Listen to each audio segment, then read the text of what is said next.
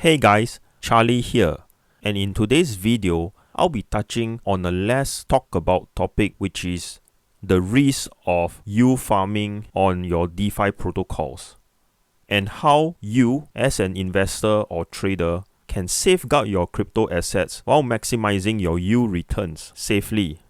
Do watch till the end of this video, whereby I'll be sharing my own opinion and method on how I safeguard myself, whereby I mitigate such risks from happening to me. As you might have known, for the past 2 to 3 weeks, a lot has happened in the crypto world.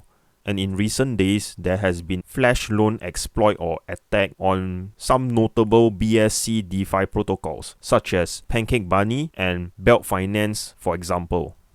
These flash loan attacks has resulted in the protocols losing some of their funds from their various farms, and also has affected the holders of Bunny tokens and Belt tokens, whereby the prices of these tokens has dropped tremendously.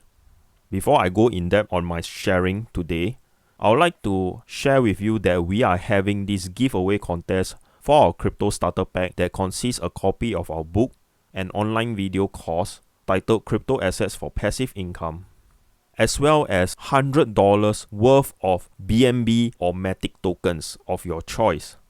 In order to participate in this giveaway contest, just go to the link in the description box down below. You can also follow us on our socials such as our Twitter and Telegram group TokenClan. And if you are new to our channel, just hit that subscribe button and enable the notification bell for more videos such as this. Without further ado, let's get started.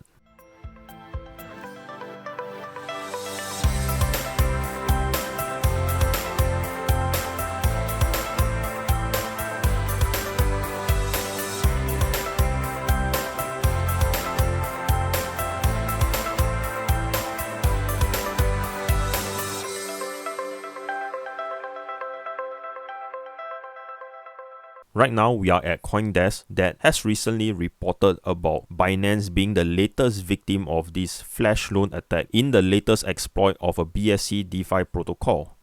And they have written quite an elaborate article indicating what has happened to the Belt Finance platform. And if you wish to know more about this information, you can read up their incident report, whereby they have written quite elaborately on the entire exploit process, where they have highlighted the exploit process, what has happened to it, and their solution to this issue. Likewise, for PancakeBunny, they also did their post-mortem analysis on this flash loan attack that has happened to them recently, and they have summarized the entire process here. Basically, the exploiter staged the attack using PancakeSwap as the initial point, and which they executed their flash loan attack to acquire this huge amount of Bunny tokens. In the end, which causes the Bunny token, which the exploiter dumped all the Bunny tokens obtained, causing the price of the Bunny to plummet. Finally, on PancakeSwap itself, PancakeBunny has also listed down the sequence of attack, what has happened to it. The breakdown is all featured in their Medium article here, which you can spend time to read up on, both PancakeBunny and the Belt token and Belt Finance itself, so that you can understand this entire exploit, which I shall not go through in detail here, but just to give you a brief summary of what has happened to them. And both PancakeBunny and Belt Finance has proposed their compensation plan. And for PancakeBunny case, they have already executed this compensation plan, which also is written in their Medium article here. This is whereby they want to compensate their community who has been affected by this flash loan attack exploit, which if you are a Bunny holder, you should be reading this Medium article. And for Belt holders, investors who have participated in this 4 Belt pool or Belt BUSD vault, the 2 areas which has been exploited. So you should also take note of this, because the exploit affects directly on these 2 pools, which affects the users. The rest of the vaults and pools are not affected. But in Belt Finance compensation plan, they want to make it like a holistic plan to cover all their users to express their gratitude towards them. They have also listed down their entire plan on this Medium article, which you should take some time to read through it as well. And one thing that I want to share here is that although both PancakeBunny and Belt Finance has been exploited through their smart contracts, both teams have reacted quickly enough to identify the issue that is happening to them and took action to mitigate the risk involved and to safeguard the investors' funds as much as possible. And which in the end, after their post-mortem analysis, they have come up with this compensation plan to show their gratitude as well as in a way to redeem themselves or to show confidence to their investors who believe in their project. So this is commendable, and you can see that they have listed down the entire process of the attack as well as their compensation plan in a very transparent and clear manner. This is something that we want to look out for in terms of very good teams behind the project itself. In my own opinion, when I look at PancakeBunny and Belt Finance team in the way they identify the problem and in the way they handle the problem and resolve this problem, it really brings up my confidence level towards these projects. And I hope to see more of such commitment by the project team for other DeFi protocols as well.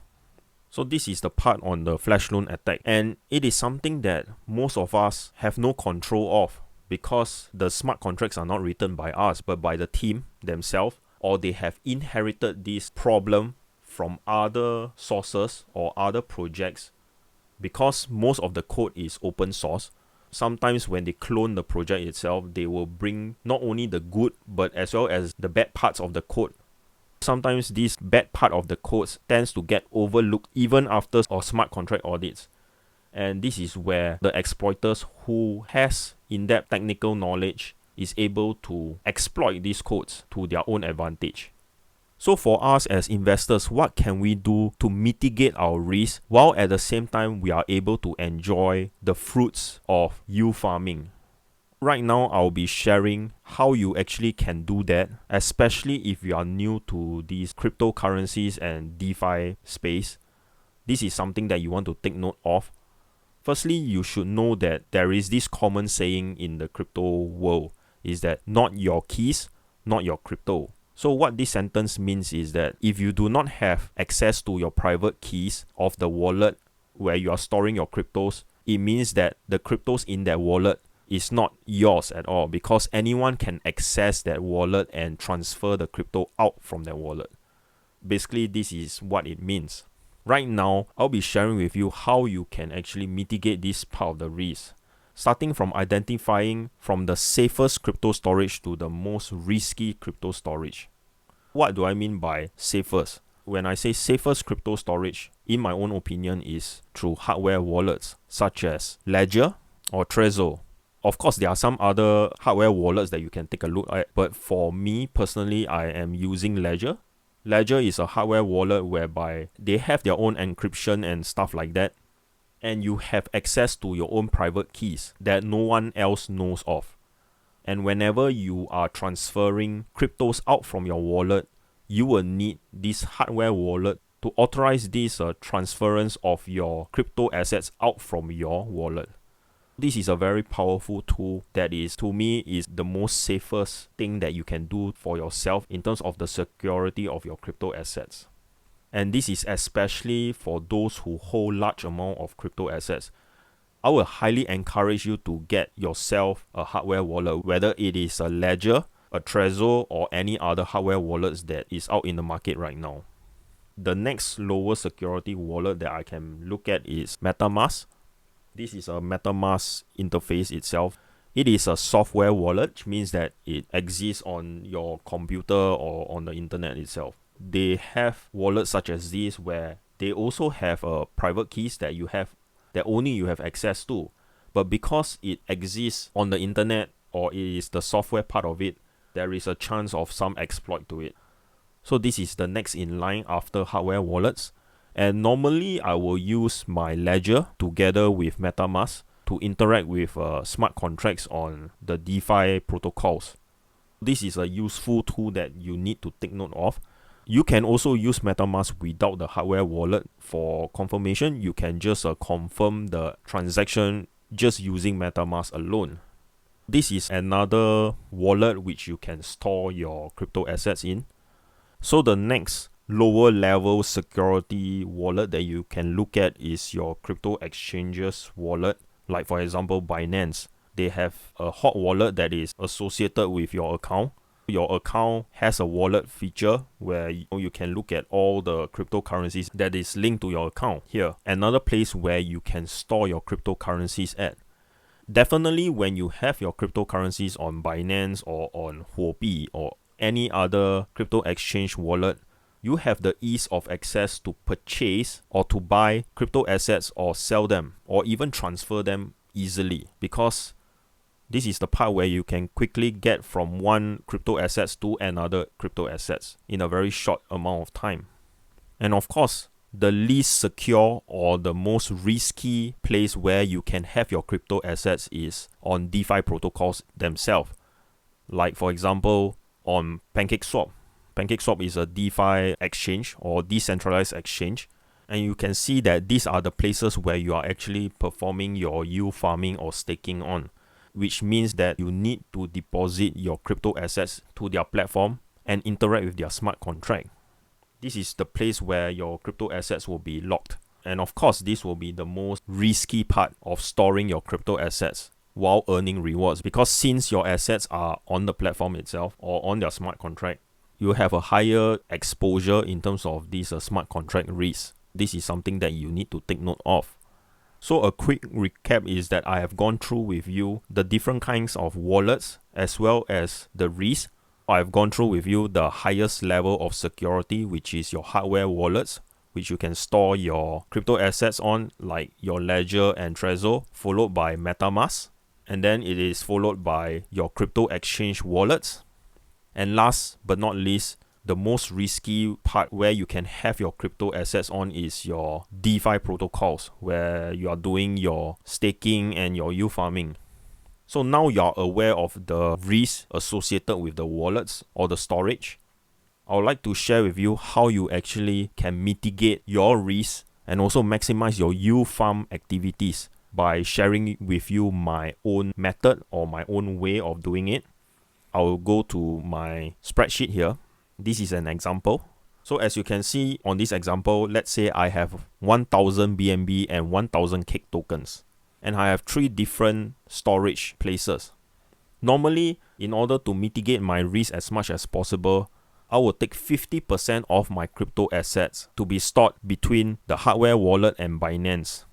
So what it means is that I can take 500 BNB and store it here on the hardware wallet, and 500 cake and store it on the hardware wallet. Basically, to me, this is my most secure way of storing my cryptos. But when you have your cryptos stored in your hardware wallet, it means that you are actually not earning any yields at all. This is something that you need to take note of. For me, I'm fine with that because I'm comfortable with having 50% of my crypto assets sitting in a more secure place, knowing that if anything goes wrong in other places, I still have 50% of my assets with me. And let's say the remaining 50%, how will I split it up? I can split it up as 250 here and 250 here. And for cake wise, it's also 250 here and 250 here. When I split it up again, this is how I mitigate my risk. 50% is in a very secure place, and the other 50% is in a less secure place. For example, the Binance wallet, the Binance.com wallet, where you have 250 BNB and 250 cake there. And on PancakeSwap, because PancakeSwap is the place where you can have higher yields for your tokens, so I can stake cake, 250 of my cake in the cake farm. And for 250 BNB, I can contribute liquidity together with my cake to form these cake and BNB LP tokens and farm it on PancakeSwap itself. This is something that I will personally do it myself. When you have this amount of tokens on Binance.com, does it mean that you won't get any use for it? The answer is no, because if you go to Binance.com, you will see that they have one feature called Binance Earn. And if you go to Binance Earn, you are able to stake your tokens to actually earn rewards or earn returns from it. And normally, like what I've mentioned, crypto exchanges has a higher security level than the DeFi protocols themselves.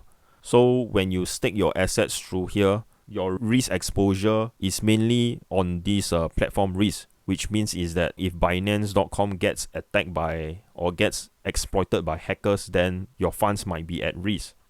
But still, in terms of security level, it is much higher compared to your DeFi protocols, because DeFi protocols is subjected to the smart contract risk. And when you have your tokens, like I mentioned, your Binance, you can stake it here. And let's say you have your BNB tokens, you can stake it here to get a 9.21% APY. And for Cake, there is a farm for Cake as well, which you can do a quick search on this Binance.com itself, which means that you are able to get some yields here. But of course, the yields are not as attractive as on the DeFi protocols like PancakeSwap or PancakeBunny. But still, you are able to mitigate the risk involved and able to yield farm from it or get some returns from it. Basically, your allocation of your assets to mitigate the risk and to maximize your yields can be as simple as this example here. So if you really want to play around with these numbers here and adjust weightage, I'll just share with you my golden rule. My golden rule is that always have at least 50% of your crypto assets being stored in the more secure storage space like your hardware wallet or your Binance.com. In the case that, if you have 50% of your crypto assets on the DeFi space itself and something happens to the DeFi protocol and touch wood, 50% of it is gone, you still have 50% of your assets remaining. This is the worst case scenario, but that is my golden rule. And I hope that you have learned something from this sharing. And what are your thoughts on these flash loan attacks? And what is your own risk mitigation plan that you have taken for yourself in terms of allocating your crypto assets? Just let us know in the comments box down below. If you have enjoyed this content so far, just help us out. Hit that like button, comment down below, and subscribe to us if you are new to the channel. And also you can join our socials such as our Twitter and Telegram group TokenClan. And also join our giveaway contest for our crypto starter pack that consists a copy of our book, an online video course, and $100 worth of BNB or MATIC tokens. All the links are in the description box down below. With that, I'll see you in the next video.